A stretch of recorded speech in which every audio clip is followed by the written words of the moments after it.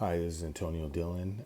This is my summary of my clinical clinical lesson plan. This is actually on the last week of this specific lesson for physical education. We are doing a handball unit,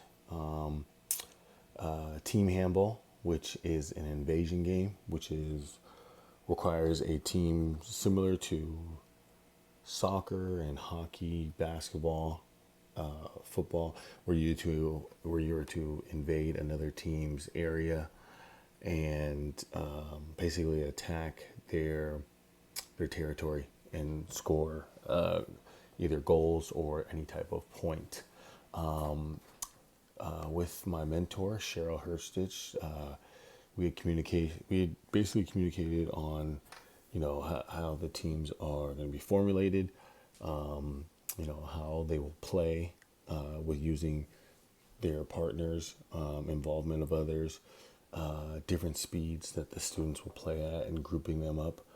And then kind of the last thing was combining certain movements, throwing a ball with accuracy, and what they accomplish. Things that we also discussed are, sorry, things that we also discussed are was student diversity, having ELL students or having kind of my adaptive PE class, how to have them involved, what we are going to use to keep them from feeling left out. For my my English learners, basically I have poster board pictures where they will use that so that they kind of understand what the movement I'm asking them for. I'm asking for them to catch the ball. I'm asking for them to throw a ball, either overhand, underhand. I'm asking them to catch a ball and then make a dynamic move left or a dynamic move right. And with that, for my English learners, there's a pictures that show those movements. Sometimes they're lifelike, sometimes they're cartoonish. So that way, either way, they can feel comfortable. It's always show them, don't tell them. We also talked about how with my adaptive students, the physical education, the students that are, are disabled, how to keep them involved, just creating a classroom climate for them to feel like they're with the other students. So strategy we have is by how I group them. Students volunteer to work with them. There's also student one-to-one aides that are there. I use all forms of communication, speak with them individually, speak with them as a group, making sure they're not feeling left out. Using a calm voice every time, making sure that they understand where I'm coming from. And then,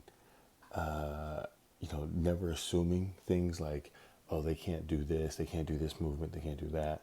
Having them feel that they are a part of it.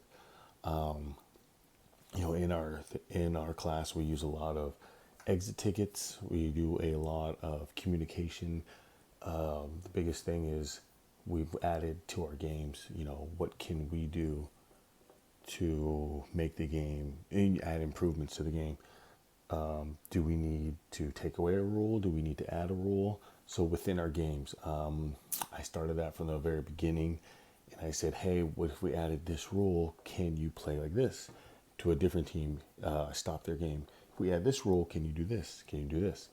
And then it got to the point where, especially because this is a fifth grade class, I got to the point where I started asking them, what rule would you like to add? What rule would you want to take away? What is something we can do to make this game flow better? And so the students started adding and figuring that out. I would communicate with them, ask them questions at the end of class. What are the best passes to make when we're playing handball? Or what should you use to catch the ball? Your hands. What do you see that's helping this game move better, look better, feel better? That was always a thing. I always want the students to let me know and let their peers know what we can do to improve their games. you know, collaborating with each other, communicating with each other, think creatively. That's kind of been our main focus is what can we do for each other, not just for yourself. You know, smaller games lead to bigger games. You break down everything in a small group, and then you become a bigger group, and then that group becomes a bigger group, and you work together. And just very simple, and that's just kind of how we went. Thank you.